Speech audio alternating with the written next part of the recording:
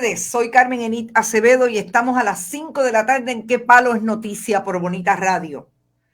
No se olvide comenzar desde este mismo momento. Comparte para que nuestra audiencia siga aumentando y sigamos en este buen proyecto de periodismo que hago con diferentes colaboradores, entre ellos mi querido amigo David Waiting, como le llamamos ahora al director David Esperón. Después que Juan Maldonado dijo que había que cambiarse los nombres en inglés, nosotros estamos vacilando un poco con eso para bajar la tensión de vez en cuando. Recuerde, además de compartir, estamos en YouTube, iVoox, iTunes y Spotify después que termine este programa. Y vamos a empezar a esta hora hablando con el licenciado Osvaldo Burgos Pérez sobre lo que ha ocurrido hoy bajo el intirillado. Quiere decir el proyecto que aprobó el Senado a pesar de que no hubo vistas públicas y que llevan por lo menos 48 horas después de haberle introducido enmiendas sin producir ese documento que se supone que es el documento que todo el mundo tenga antes de votar mañana en la Cámara de Representantes. Licenciado Osvaldo Burgos. Saludos, Carmen Emilio, y a los amigos y amigas que te escuchan. ¿Qué hay de nuevo en esas enmiendas, por lo menos en la que has podido estudiar hasta ahora? Porque no hace ni 2 horas que bajó ese documento. Pues mira, sí, yo he estado tratando de entender bueno, se supone que sea un entirillado. Lo que publicaron fue el mismo borrador que estaba publicado desde febrero con unas notas hechas a mano. Exacto. Así que ni siquiera es un entirillado, así que está bastante difícil de trabajar. Pero ya de la lectura que le he dado, me dirigí a unos artículos particulares donde ya genera preocupación. Máximo, tomando en consideración que al no haber vistas públicas, al no haber un récord legislativo claro y no haber un memorial explicativo, es bien difícil entender cuál es la intención legislativa. Así que eso va a traer, ya de entrada, va a traer problemas en la interpretación. Empecemos por algunos de los artículos problemáticos. El de la personalidad jurídica del no nacido, ¿verdad? Ese habla de que el ser humano, la personalidad jurídica es a partir del nacimiento, pero entonces empieza a hablar de muchos temas, de muchos términos, hablando de lo mismo. Por ejemplo, habla del concebido no nacido, habla del ser humano en gestación, habla del nascituro, incluso en el texto pone nascituros, ni siquiera dominan el término. Sí. Así que, y entonces empieza a hablar de que los derechos del nascituro, el concebido no nacido o el ser humano en gestación no pueden afectar los derechos constitucionales de la mujer gestante. Así que, bueno, pues uno diría, bueno, pues esta aclaración es buena, sí lo es, pero ¿por qué entonces tenemos que estar reconociéndole derechos a una figura que no los tiene? Porque estás diciendo que la personalidad jurídica y la capacidad jurídica comienza con el nacimiento. Así que añadirle toda esta verborrea en términos, utilizando términos distintos para referirse a lo mismo y hacer esta aclaración después, a mí me parece que es un intento de complacer a algunos sectores para que parezca que está reconociéndose de algún derecho al no nacido, y eso va a traer problemas en interpretación en el futuro. Eso por ahí, eso va a ser un área de debate. Hay otro tema que tampoco se atiende adecuadamente, que es la definición de matrimonio, y aunque se habla de que son 2 personas naturales, ya nosotros hemos tenido problemas en el pasado, como lo tuvimos con la ley de violencia contra la violencia doméstica, donde decía que era pareja y se entendía, incluso ahí el récord legislativo estaba claro, era cualquier tipo de pareja, y el Tribunal Supremo interpretó que se refería, que allí donde decía pareja era pareja heterosexuales. Así que lo ideal hubiese sido que esa definición hablara y tuviera una cápita que dijera que esto es independiente de la orientación sexual o la identidad de género de las personas que componen la pareja. Este código, recordando que estamos en el siglo XXI, más de la mitad de las parejas en Puerto Rico viven en relaciones no casadas, entonces no atiende el asunto de las parejas de hecho aun cuando reconoce la figura para dos cosas particulares. Reconoce las parejas de hecho para la administración de los bienes del ausente, cuando una persona se ausenta, que su pareja, aunque sea no casada, pueda administrar sus bienes, y lo reconoce también para la figura de la adopción, que unas dos personas que estén en una relación análoga a la conyugal puedan adoptar, independientemente de que no estén, puedan adoptar en conjunto, que no estén casadas. Pero entonces pierden la oportunidad de discutir, de introducir a este código derechos y obligaciones para proteger y para regir esas uniones entre dos personas que generan un montón de conflictos, particularmente cuando se separan o se muere una de ellas. O sea, y ahí me detengo para preguntarle, ¿se subsana el asunto de la posibilidad de herencia en una pareja de hecho o no? ¿O es confuso? En lo absoluto. No lo tiene porque donde único se reconoce esa figura es para efectos de la ausencia y para efectos de la adopción. Entonces usted pudiera tener una persona que estuvo toda su vida unida a otra en una relación de pareja y se muere la pareja, y por no estar casados pueden heredarle, incluso le pudieran heredar los hermanos por encima de la pareja. O sea que volvemos a los 80 y todos los conflictos. Estamos antes de 1930. Wow. Estamos antes de 1930. Claro. O sea, claro. Estamos donde mismo estábamos en 1930. En el 30, que obviamente eso fue una de las áreas que se atendió cuando precisamente surgió la crisis del SIDA. Que claro, había muchas parejas de hecho. Claro, y una de las cosas por las cuales no se daba paso al reconocimiento jurídico de las uniones de hecho en el Código Civil en Puerto Rico era porque los legisladores tenían el temor de que si abrían a las uniones de hecho, pues se iba a entrar por ahí las parejas homosexuales. Como no querían reconocerle derecho a las parejas homosexuales, no lo quisieron atender. Eso fue lo que pasó con el código que engavetó Jorge de Castro Font. Exacto. Después de 10 años de trabajo y $10 millones invertidos en aquella revisión de la comisión revisora. Así que se abandona eso. Otro artículo que eliminaron por completo, que va a traer mucho debate, es el derecho a hogar seguro, cuando los bienes que hay, lo que hay de bienes donde viven los niños, es un bien privativo de una de las personas en la pareja, de uno de los progenitores.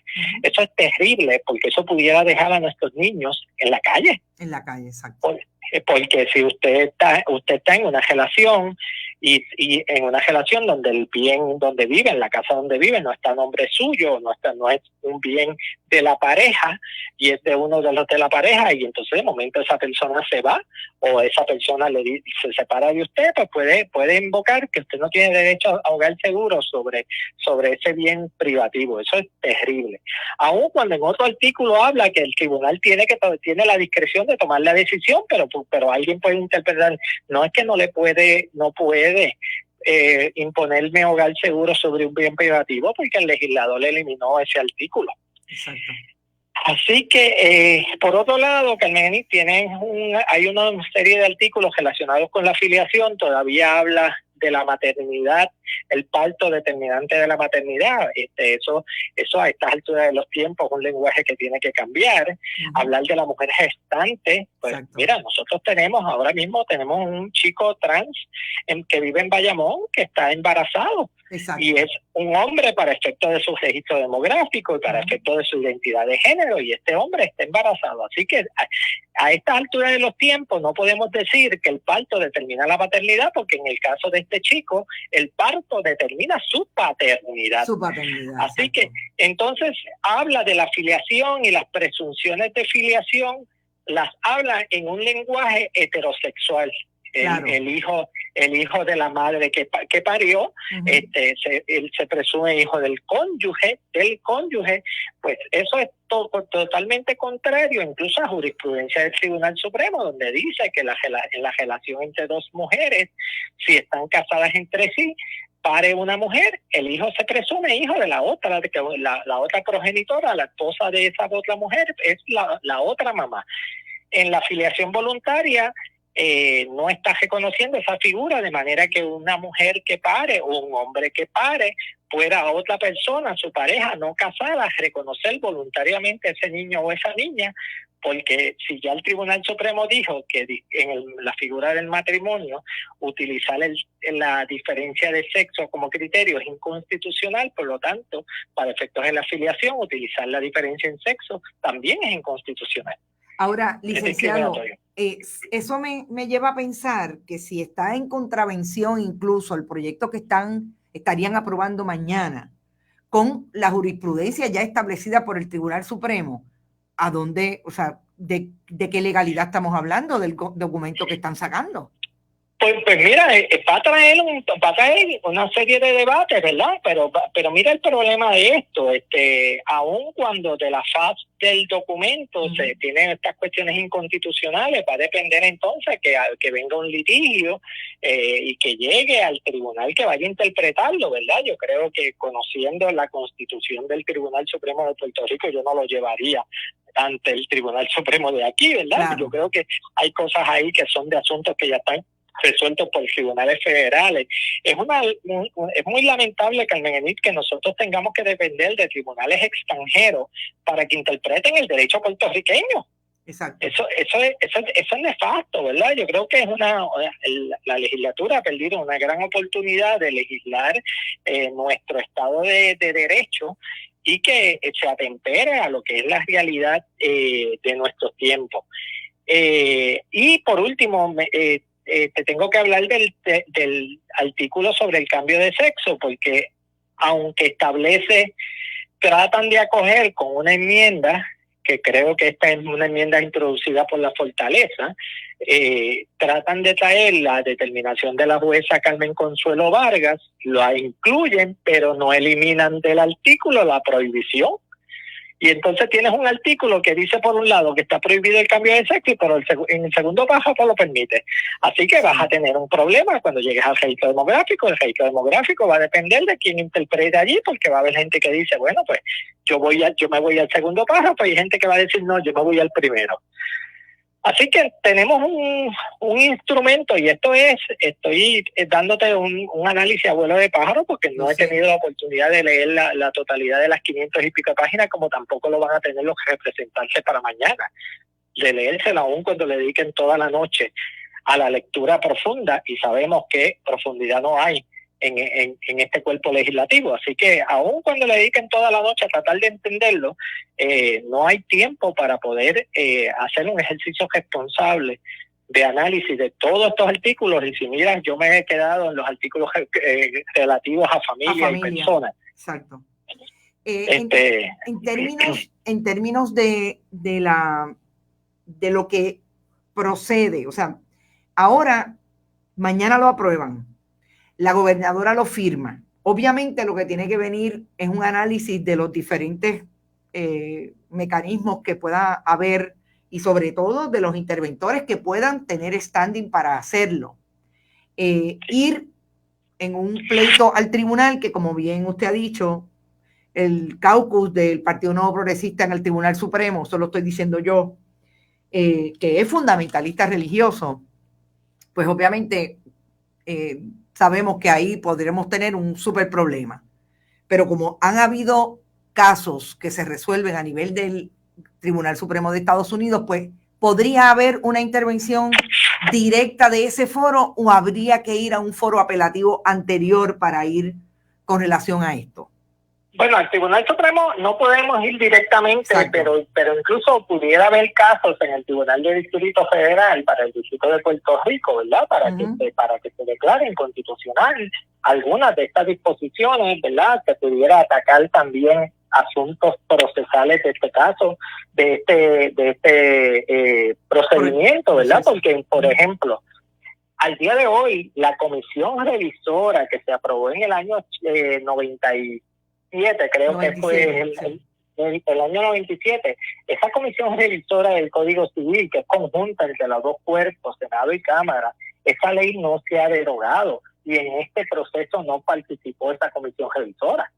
Así que básicamente este código se aprueba y se maneja en contra de una ley de la propia legislatura. Exacto. Que creaba una comisión revisora. Así que hay unas cuestiones procesales que pudieran ver ataque, pero partiendo de la premisa, partiendo de que esto se apruebe y que no hay un ataque a todo el código como tal y que la gobernadora lo firme y se convierta en ley, tenemos un problema de qué va a traer este código como resultado. Primero, tenemos 6 meses para que este código entre en vigencia. O sea que en 6 meses la comunidad jurídica, la comunidad judicial tendría que ponerse al día. Estamos hablando de enero, básicamente. Esto es enero. O sea que nosotros empezamos en 2021 con un nuevo código que tiene un montón de disposiciones nuevas. Todos los que nos hemos educado en el derecho, que somos abogados, hasta los que se gradúan este año, estudiaron el derecho con un código viejo, así que tenemos, y esto impacta muchísimas áreas y casos que están en subjúdice y asuntos que están surgiendo ahora mismo, así que va a generar, me parece a mí, una oleada de litigio. Como hay problemas en la interpretación, pues eso va a traer también un montón de dificultades. Y este código, bueno, vemos en un solo artículo, 2 artículos, 69 y el 70, que para referencia a una misma cosa utilizan 3 términos distintos. Eso lo que te demuestra es que no es un documento armónico. Claro. Es un documento que se ha hecho por retazos, y uno habló del nacituro, y el otro habló del no nacido, y el otro habla del concebido no nacido, y el otro habla del ser humano en gestación. Si aún la legislatura no tuvo la capacidad de ponerse de acuerdo de un término jurídico único para referirse a un solo asunto, imagínate lo que eso va a implicar para la comunidad jurídica en tan poco tiempo. Así que me parece que va a traer un disloque terrible, va a ser difícil para nosotros los abogados en el manejo de las interpretaciones, de verdad, de poderle darle una orientación a un cliente, porque va a depender de la interpretación que yo haga y la interpretación que haga el juez o que haga la otra parte. Así que me parece que esa inestabilidad del sistema de derecho van a inundarse los tribunales de litigio, me parece a mí, particularmente en el área de familia. Esto va a ser una oleada de litigios que van a surgir. Y obviamente ahí hay un impacto a la administración de la justicia.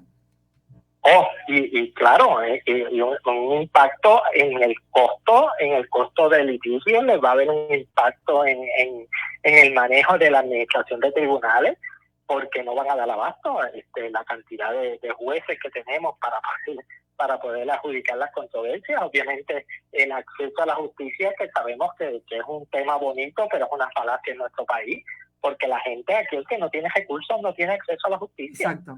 Si usted no tiene dinero, no tiene acceso a la justicia. Claro. Nosotros lo hemos visto antes, y yo le pregunto si una posibilidad es que, obviamente, estando las elecciones pautadas para noviembre del 2020, la posibilidad de que gane, puede venir esa nueva legislatura a derogar esta barbaridad. Pues mira, eso es una posibilidad, ¿verdad? También, o sea, esto es lamentable también, porque entonces vamos a tener que cada vez que entra una nueva legislatura tenemos un proceso tan difícil, tan antagónico, ¿verdad? Pero sí, una posibilidad es que venga una nueva legislatura y diga que pudiese ser con un proyecto de 2 líneas, se revierte al código anterior y se acabó. Claro, a eso iba. Porque puede ser, mire, gente, no vamos a trabajar el código de una ley para que se revierta el código anterior, se deja sin efecto el código del 2020 y se acabó. Y con una legislación de 2 líneas pudiéramos volver al sistema anterior. Así que este código tiene cosas positivas, ¿verdad? Claro. No es que todo lo que tenga es negativo, tiene cosas positivas, y lo que pasa es que cuando uno lo mira en conjunto, que es como se debe mirar un código, pues tiene tanto problema y va a traer tanta inestabilidad que lo deseable es que no se apruebe. Claro, entendido. Gracias, licenciado. Y bueno, mañana es otro día. Mañana volvemos a hablar. Claro que sí. Bueno, escucharon al licenciado Osvaldo Burgos Pérez. Me parece que una de las grandes crisis que tiene el país lo hemos visto a través de todo lo que hemos vivido en los últimos 20, 25 años, y me voy a ir a la última pregunta que le hice al licenciado Osvaldo Burgos. Puerto Rico ha vivido esto en otras ocasiones en los últimos 25 años.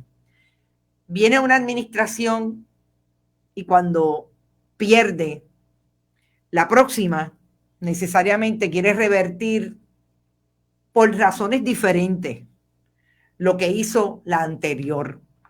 Hay casos justificados y, como sabemos, hay casos que no son justificados porque son exclusivamente porque lo hizo el Partido Rojo versus el Partido Azul y viceversa.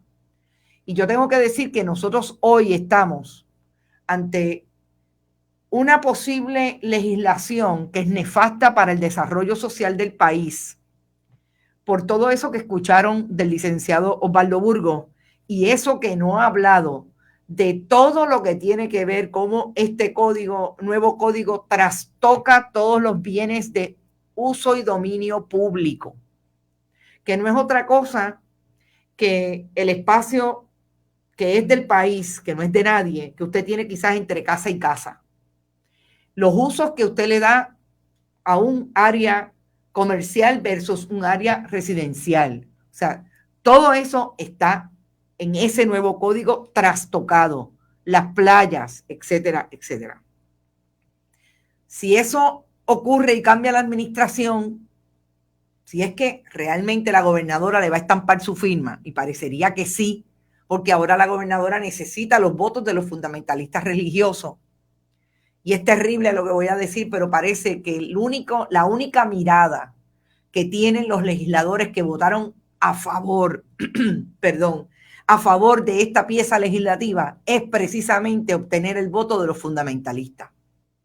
Y yo creo que no hay nada más claro cuando el licenciado Burgos dice que es tan contradictorio todo lo que tiene que ver con el no nacido versus los derechos de las mujeres que alegan que protegen, que sería ese lenguaje para que le dé la impresión a los fundamentalistas religiosos que lo están favoreciendo y solamente está ahí, esto terrible. Y ahí está Tacha Charbonnier en todo lo que tiene que ver esa área del fundamentalismo religioso y la moralidad que tiene atravesada ese código civil, porque desde ahí se gestó, desde su comisión, que como yo he dicho, tiene miembros del fundamentalismo religioso de los protestantes versus los católicos. Difícil para el país manejar esto en el momento de crisis, pandemia en que estamos, porque tenemos demasiado en las canastas. Pero yo creo que hay unas voces, y entre ellas están estos activistas de derechos humanos que siempre dan la cara por el país, que están ahí para denunciar, abogados como el licenciado Osvaldo Burgos, como las organizaciones que están alrededor de CABE, que es el grupo en favor de la equidad. Está Amnistía Internacional. Toda esta gente no se van a quedar callados y por ahí ya empezaron las campañas. Otras campañas interesantes y que en otros momentos de la historia, bien cercana como el verano del 19, ayudaron a sacar del país la indignación que tenían, son todas las figuras públicas alrededor del escenario cultural. Ahí están incluso los reggaetoneros como Bad Bunny, se me olvidan los nombres, PJ Suela creo que es el otro, y le hizo unas manifestaciones anoche. Los tres hicieron manifestaciones y es parte de lo que se está moviendo.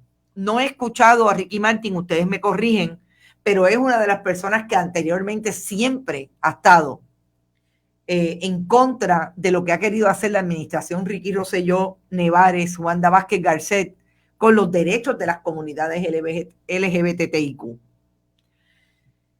Así que por ahí están los tiros. 589 páginas no son fáciles de digerir, sobre todo cuando vienen aparentemente tan mal escritas.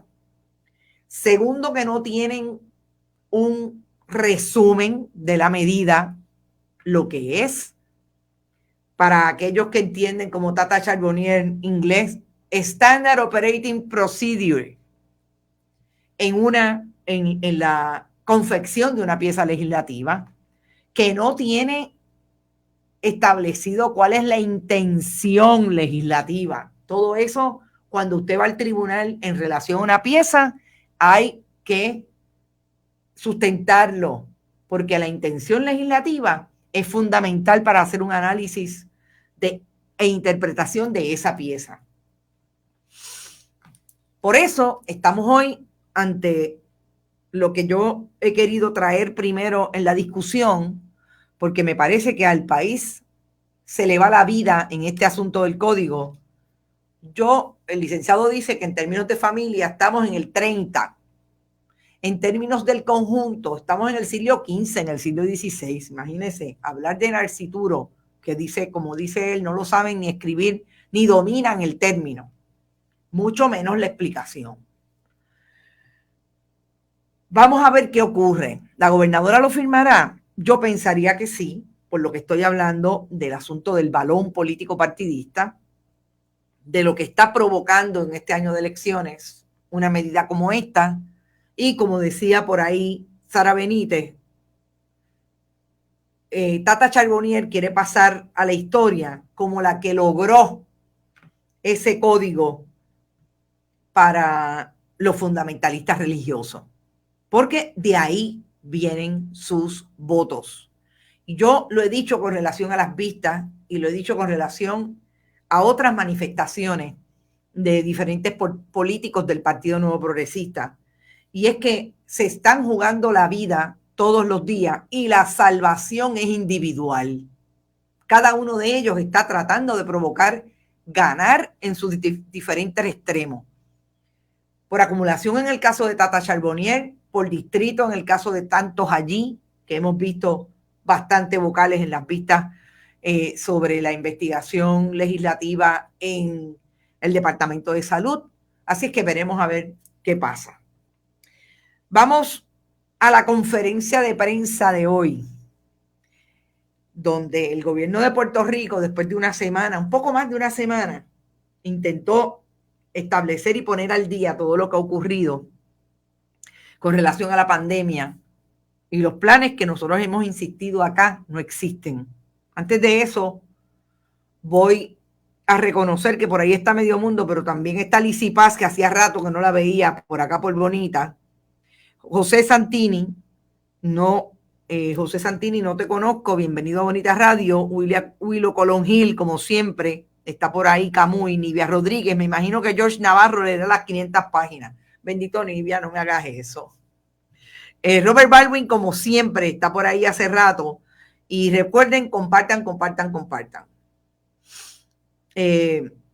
Nanisma también está por ahí. Alguien que utiliza el término loco para referirse a pacientes de salud mental es un inescrupuloso y un inhumano. Así es, en definitiva se jodió el país en palabras llanas. Adalberto Ramos, Carmen Mercado también está, Ileana Fernández, Gladys Esther Cuevas también, traidora del cristianismo verdadero. Me imagino que te refieres a Tata Charbonnier. Esto dijo Ricky Martin. Gobernadora Wanda Vázquez, gracias, porque no lo había escuchado ni leído. Estamos a la espera de un análisis urgente y profundo del recientemente aprobado Código Civil por el Senado de Puerto Rico, en un proceso atropellado, sin espacio para vistas y en medio de la pandemia que vivimos. Y la taguió, es decir, la etiqueteó. Muy bien, gracias Nivia por ponernos al día. Ni ellos mismos lo leyeron, cada uno puso su peseta y ya. Sí, es increíble lo que está pasando. Mireya Pereira está provocando para vaciar la isla y desarrollar un nuevo Puerto Rico de ricos. Hay que tirarse a las calles responsablemente, pero hay que pasar esto ya. Se está recogiendo firmas electrónicas para no al código. Salió en la página de Metro. Sí, busque ese change, creo que es change.org, que habla de esa de firmas, recogiendo firmas para el asunto del código y que no se apruebe. Vamos a la conferencia de prensa. La conferencia de prensa volvió a ser un mecanismo del Estado de traer el catálogo del montón de dinero que le ha dado a los bolsillos de los puertorriqueños. Todavía dicen eso, pero hay gente que no ha recibido el desempleo, hay gente que no ha recibido los 1.200 del famoso estímulo federal, hay gente que todavía no ha recibido los $500, pero ellos insisten en el catálogo. Y yo digo que es un catálogo porque cuando yo escuché la conferencia de prensa, yo escuché al secretario de Hacienda, yo escuché a la secretaria del Departamento del Trabajo, Francisco Párez por un lado y Briseida Torres por el otro. En el caso del Departamento de Hacienda me parece patético que establezca que son 3 fases, que si usted no radicó la planilla del 2019, le toca último, pero no, los últimos, entre las personas no necesariamente que radican planilla y los jubilados. Claro, porque ahí están muchos jubilados que ya pasan de necesariamente el momento de radicar y no radican. Ahí está el indio, de hecho. Ahí hay mucha gente. Quizás los más necesitados son los últimos. Parecería que el Departamento de Hacienda quiere castigar a aquellos que no radicaron la planilla del 2019, total que tenían hasta el 15 de abril, y esto empezó el 15 de marzo en términos de la cuarentena. Pero el Departamento de Hacienda insiste que son los últimos. La secretaria del Departamento del Trabajo también con un montón de cifras. Cifras que incluso llegan hasta 52,000 personas que le dijeron que no con relación al desempleo. Cuando usted le pregunta a la secretaria, da unas explicaciones que cualquiera las entiende. No se entienden, porque por un lado dice que no tenían historial de trabajo, pero por otro lado dice que tenían información conflictiva. Hay un término en el Departamento del Trabajo que ya es para las personas que sí están recibiendo, y es cuando hay un punto controvertible. Parecería que en el gobierno de Puerto Rico todo es controvertible. Cuando usted va a pedir un servicio. Cuando el secretario de Hacienda hablaba hoy de que eso es la primera vez en la historia, dijo el secretario, que los reintegros empezaron a repartirse en febrero. Si yo hubiera estado allí, lo hubiera interrumpido a decirle, no, secretario, no. A esta que está aquí le deben el reintegro del 2018 y todavía no lo han entregado. O sea, a ese nivel estamos en el país. Y ellos se despachan con la cuchara grande de que hacen las cosas. Son ellos, son Dios y después ellos. Ellos son lo más grande. Todos tuvieron el mismo discurso gracias a la labor de la gobernadora Wanda Vázquez Garcet. Parecería que es obligado. Parecería que tienen un chip aquí que suena en Fortaleza. Si no dicen el Wanda Vázquez Garcet chilla en Fortaleza, inmediatamente los llaman. Porque estuvieron en eso todo el tiempo. Luis Manuel Matías dice, saludos, Juan Carlos Olmeda, que no te había visto. Sí, te había visto. Desde San Germán, saludos, Juan Carlos. Ni borracho, dice, me imagino que estás hablando de Jordi Navarro, que no se va a leer las 589 páginas. Pero entonces vamos a llegar al Departamento de Salud.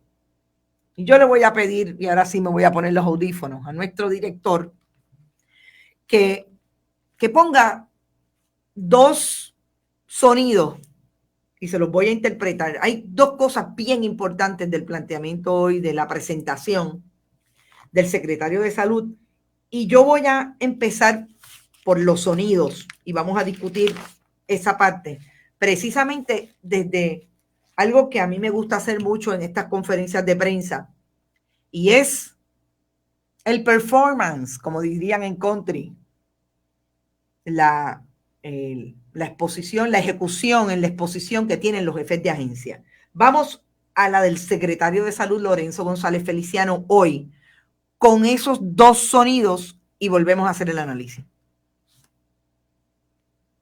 Donde estamos bajo lo que queríamos ver y consistente con lo que estaba dando la información de los Estados Unidos. Así que estamos viendo cierta normalización, ¿verdad? No estoy diciendo que estamos donde queremos estar, pero estamos viendo menos casos y estamos viendo la parte para mí, ¿verdad? Yo todos los días busco el número de muertes, particularmente el número de muertes confirmadas. Nos hemos mantenido en los 58. Si nosotros miramos eso en el contexto de 3.2 millones de habitantes, nosotros tenemos 1.8, eso son 2 personas muertas por cada 100.000. Eso, comparable con nadie, nos pone a 115 muertes. Lo que es interesante e importante de esta parte es que las confirmadas, las publicadas, se han mantenido relativamente estables. Son 115 muertes para la población de 3.2 millones de habitantes. Nos pone en un rango de 3.5 muertes por cada 100.000 habitantes. El secretario de Salud tuvo 2 versiones hoy al asunto de cuántas personas están muriendo en términos promedio por cada 100.000 habitantes. Cuando la conferencia de prensa llevaba 1 hora, dijo que eran 3.5 por cada 100.000 habitantes. Cuando la conferencia de prensa, y a preguntas de la compañera Celia de Foro Noticioso, llevaba ya 1 hora y 20 minutos, dijo que eran 1.8 o 2 personas por cada 100.000 habitantes. Nadie le preguntó esa incongruencia, pero yo acá estuve a punto así de meterme por la computadora, pero decídanse. 3.5 o 1.8, casi 4 o 2. ¿Por qué me parece importante llamar la atención de este asunto? Puede haber sido un error. El problema es que cuando eso ocurre y la información está en directo, la conferencia de prensa está en directo, igual que me sorprendí yo, se puede haber sorprendido la gente que lo escuchó. Pero entonces estuvieran así como cuando uno estaba en la escuela, pero secretario, usted dijo primero, hace media hora dijo un número y ahora dice otro. Ese es el problema de no tener proyecto, de no estar claro cuál es el proyecto y sobre todo estar improvisando en medio de una conferencia de prensa. ¿Por qué ya no llevan la información específica? Porque ya no la traen ordenada y le dan esa información al país. ¿O es que el secretario se sigue poniendo tan nervioso ante una conferencia de prensa por todas las incongruencias que desde el día 1 han salido a relucir en la administración de esta emergencia y no tienen la capacidad de proyectar seguridad? Porque estas cosas lo que hacen es definitivamente atacar la credibilidad de quien está hablando. Y quien está hablando es la persona que se supone que tenga el control. Oiga, en términos constitucionales, en una emergencia de salud pública, es el secretario de salud, secretaria de salud, quien tiene la función de dirigir los trabajos alrededor de la emergencia. Y si eso fuera poco, lo más importante es que también en esa misma conferencia de prensa, el secretario tuvo que admitir por fin que son los municipios los que están llevando la voz cantante del rastreo de contagio. Hace 2 días se viene batiendo la información de que el Fideicomiso de Ciencia se metió directamente con los alcaldes, sobre todo con el ejemplo de A+, como dirían los maestros. Tú tienes A+ en el examen, que ha dado el pequeño municipio de Villalba. Hoy el secretario en su primera presentación tuvo que admitir que es Villalba el ejemplo. Eso tienen que haberlo hecho con la muela de atrás, porque recuerden que Villalba es un municipio popular y ellos manejan las cosas desde ahí. Estamos clarísimos. Tuvo que admitir que es la epidemióloga Fabiola Cruz la que le está dando mano y muñeca a todo Puerto Rico con relación al rastreo comunitario. Y ha dicho, como hemos hablado antes acá, que Fabiola Cruz solamente tiene 5 empleados del municipio por cada 100,000 habitantes para hacer ese trabajo. Dijo 100,000 y yo creo que Villalba no llega a los 100,000 habitantes, pero vamos. Dijo 5 por cada 100,000. ¿Por qué es importante? Porque estamos hablando de que ya el Estado se percató, y ahí tienen una imagen de cómo el esfuerzo de ese rastreo está entre la policía, trabajadores sociales, funcionarios del municipio que están ayudando. Entiendo que hay una enfermera. Y esto le va a dar el ejemplo a otros municipios, pero es que ya hay 4 municipios que entraron con el Fideicomiso de Ciencia a manejar el mismo modelo. Yauco, Orocovis y Guayanilla. El cuarto, obviamente, es Villalba. El Fideicomiso de Ciencia, Tecnología e Investigación y el programa de Puerto Rico Public Health Trust. Y el sistema se va a llamar Sistema de Ayuda y Rastreo de Contacto. Esto es fundamental. Y hoy por primera vez el Departamento de Salud, por voz de su secretario, ha dicho: entendemos que es importante, entendemos que es fundamental. Y hoy tenía una reunión con 30 alcaldes a las 3 de la tarde. Oiga, estamos a 61, 62 días para mí, quizás 55, 56 desde que la gobernadora puso el toque de queda. Y ahora es que vienen a pensar o a establecer que es súper importante, que es determinante para el país, ya que el Departamento de Salud no lo hace, que los municipios cojan la voz cantante del rastreo comunitario, que el Fideicomiso de Ciencia, aparentemente con ese trabajo de la infectóloga, de la epidemióloga Fabiola Cruz, se acercó, y ya hasta Ponce, como lo dijimos nosotros la semana pasada, pero están a punto a menos nada de contratar a la epidemióloga. Yo digo que con las muelas de atrás, por lo que sabemos que pasa con la política partidista en este país y que ha pasado durante esta administración con todo lo que tiene que ver con los servicios públicos.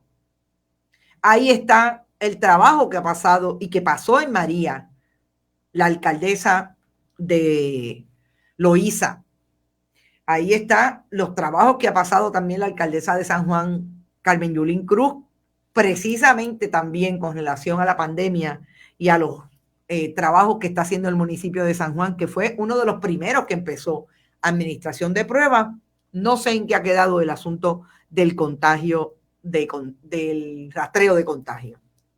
Fundamental. Hoy Lorenzo González tuvo que mencionar a mi amigo Anthony Fauci. Insistió, no estamos en momentos de abrir totalmente la economía. Esto tiene que ser por fase, pero lo citó. Obviamente, Fauci no solamente va en contrario a lo que dice la gobernadora Wanda Vázquez Garcés, sino también a lo que dice Donald Trump. En Vega Baja tienen los contagiados, los activos por barrio, femeninos y masculinos, y los recuperados. Nivia Rodríguez, gracias por traer esa información, porque me preguntaba si finalmente Vega Baja lo había logrado, porque sé que estaban en camino a eso. Sara dice, nos están mintiendo, nos han estado mintiendo porque el secretario había dicho que tenían un modelo de rastreo. Desde el día 1 lo dijo. Pero ahora sabemos que no, digo, hace unos días sabemos, hace 2 semanas sabemos que no es cierto, porque nunca lo trajo a disposición. Hicieron por acá 2 preguntas. ¿Dónde está el grupo asesor científico? Desconocemos. Y lo segundo, ¿dónde está la Big Capó? Desconocemos. Yo creo que la gobernadora le dio instrucciones al secretario que quien único puede salir a hablar por el departamento es él. Hoy el secretario también trajo información de que nombró a una doctora que ha estado en el departamento, y estoy buscando el nombre, casi estoy segura que es Irma Cardona, exacto, como subsecretaria del Departamento de Salud. Es infectóloga y pediatra. Vamos a ver. Me dicen que en efecto sigue la misma línea político-partidista del partido de gobierno. Pero si el alcalde de Villalba hace 50 días activó su función con esta pandemia del Departamento de Salud, búsquelo en las páginas amarillas. Exacto. Sí, está bien claro. Pues si desde el día 1, mire, lo mejor del mundo es uno reconocer que no tiene la capacidad. Usted no tiene la capacidad para manejar esta pandemia como lo ha demostrado el gobierno de Puerto Rico. Y Villalba lo tiene. Venga acá, Villalba. Porque incluso usted quedaría mejor. Incluso si usted piensa solamente desde el punto político partidista, usted quedaría haciendo lo que el país espera que usted haga y por ahí lo sigue. Pero ni para eso hay análisis, no se sientan, porque es la mezquindad de no darle la posibilidad al otro que no es de tu partido a realmente lucir. Pues sabe que finalmente va a lucir porque Villalba está tiene un modelo que ha sido productivo y todos los demás alcaldes lo van a replicar. ¿Sabe por qué? Incluidos los del PNP como Mayita. Porque la salvación es individual. Esa es la mentalidad. Esa primera orden ejecutiva de Wanda era para encerrar al pueblo, no para protegerlo. A Wanda Vázquez no le importa el pueblo, dice Mireya. Enid Meléndez, no entiendo. Esto era para comenzar a finales de marzo y no ahora a mediados de mayo. Exacto. Pero amén, harán algo con el apoyo de los municipios. Bueno, yo no creo que sea con el apoyo de los municipios. Yo creo que los municipios van a hacer el trabajo del Departamento de Salud. Independientemente de que yo estoy segura que en el Departamento de Salud hay gente que hace su trabajo. De eso no estamos hablando. Estamos hablando de que no hay cabeza. Y si no hay cabeza, ¿cómo vamos a poner a trabajar a ese personal que sí puede dar la milla extra en el Departamento de Salud? Es imposible, porque se supone que de arriba hacia abajo se organice el proyecto, el plan de trabajo. Y lo hemos visto en las vistas. Allí hay gente muy capaz, pero gente que necesariamente no están haciendo lo que tienen que hacer porque no hay estructura en el departamento que se lo permita. Y que conste, todos son del partido de gobierno, porque ya usted ve como aquí los legisladores del Partido Nuevo Progresista tutean a todos esos testigos, porque todos se conocen, todos hacen campaña juntos. Esa es la improvisación del gobierno, dice Adalberto. Boletín de última hora, electores de Puerto Rico revisen y actualicen su mochila de emergencia e incluyan su tarjeta electoral en el bolsillo más seguro de la misma. Este es Ruth de Luz, que no, ese sí que no lo había visto nunca. Desde Mayagüez los exhorto a apoyar a Bonita Radio y valorar como nunca su tarjeta electoral. Gracias por eso, Ruth. Eres nuevo, no te había visto. Ya, ¿y qué pasó con el Instituto de Estadística? Dice Dorca. ¡Ja! El Instituto de Estadística tiene una pelea brutal con el Departamento de Salud. Yo no sé si son cabezas y los ego trip, pero en efecto, queda en nada. El secretario dijo que se habían unido. Hasta el momento yo no veo, por lo menos que proyecten el asunto de los números claramente. Y mire, con relación a los números, yo voy a decir algo que es importante también que empecemos a analizarlo. Y yo les dije ayer que estoy en el inicio, porque es súper el inicio, de un análisis de los números con relación a las muertes del COVID. No es tan sencillo como lo pintan, y en algunos momentos yo lo he dicho aquí. El problema es que el gobierno no comunica con honestidad, con responsabilidad, pero sobre todo con honestidad intelectual, lo que tiene que comunicar con relación a cuáles son los procedimientos para manejar este tipo de datos. Wanda Llobet, a preguntas nuestras, nos los contestó de alguna manera. Y ahí fue que empezó mi suspicacia con el asunto de los datos, sobre todo de las muertes.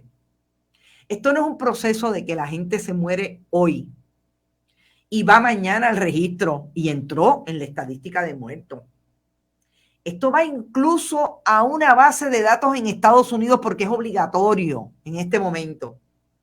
Y si hay controversia con relación a la muerte, todavía puede tardar mucho más. Yo escuché esta mañana a un demógrafo decir lo siguiente: los números no van a estar claros hoy, como posiblemente no estén claros el año que viene. Eso hay que explicarlo, explíqueselo al país si el país entiende. ¿O es que subestiman al país? Ojo, o es que ellos mismos no lo entienden. Porque yo lo entendí claro cuando me lo dijo Wanda Llobet, que es la directora del registro, que tampoco pudo contestarme por qué hay que ir al tribunal para pedir los datos si los datos son públicos. Es la directora del registro, pero tiene un jefe más arriba que es el secretario de salud. Así que yo creo también que este asunto de no decirle la verdad al país y de estar con tanto truco, que por eso es que no hay manera de que uno entienda cómo estos procedimientos se dan. Solo podemos piquetear y hacernos sentir, dice Nivia. No son transparentes, exacto. Y mira que a mí la palabra transparencia me molesta, pero en efecto no son transparentes. Es tan fácil decir, mire, aquí no hay controversia, ustedes tienen razón. Estamos más perdidos con un huevisco. Vamos a empezar con que haya rastreo comunitario con el municipio de Villalba. Vamos a empezar explicándole al país. ¿Quién lo explica mejor? Mayra Toro, que es la de seguridad y ambiente del departamento. Wanda Llobet. ¿Cuándo ustedes han visto a Wanda Llobet en una conferencia de prensa del Departamento de Salud? Pues sí, es fundamental que venga y le explique al país a través de sus periodistas cómo es que llegamos a los números de una persona muerta en esta pandemia y en términos generales. Esa sería la mejor, esa tiene que haber sido la primera comunicación cuando se empezaron a cuestionar los asuntos de las muertes. A primera. Es que el país no entiende, vamos a explicárselo, porque es que uno no está acostumbrado.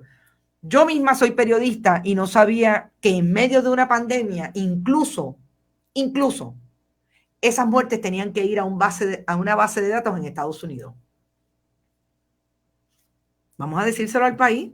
No tienen empatía con el pueblo, exacto. Porque es que yo creo que están todo el tiempo pensando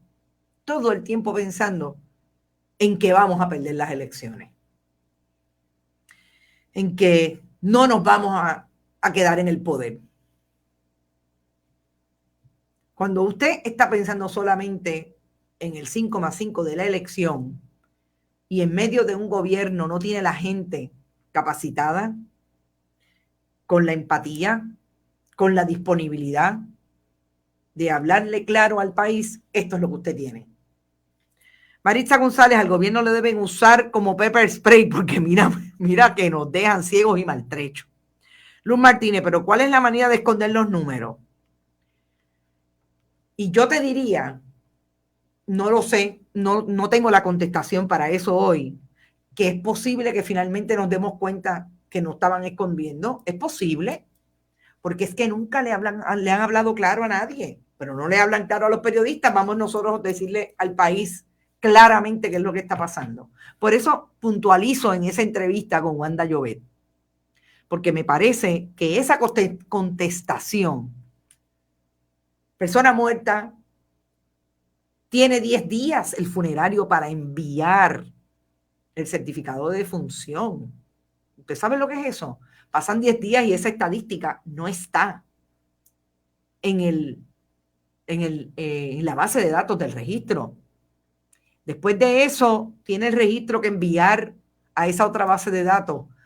Pueden pasar 15, 20. Perdón, eso es si está la causa de muerte sin ninguna controversia. Si tiene un problema controvertible, ahora digo yo, de punto controvertible con relación a la causa de muerte, se puede tardar un montón de rato más y esa estadística no está ahí, ese número no está ahí en la estadística ni en la base de datos. Publican lo que le conviene. Es posible, Ismael. Por eso es que hablo de que no son transparentes, como dijo Nanisma. Todo lo que hagan nos giran en torno a ganar las elecciones. Hacienda, bien, gracias. Gobierno, bien, gracias. Estadística, bien, gracias. Policía de Puerto Rico, presente para joder, dice Carmen Mercado.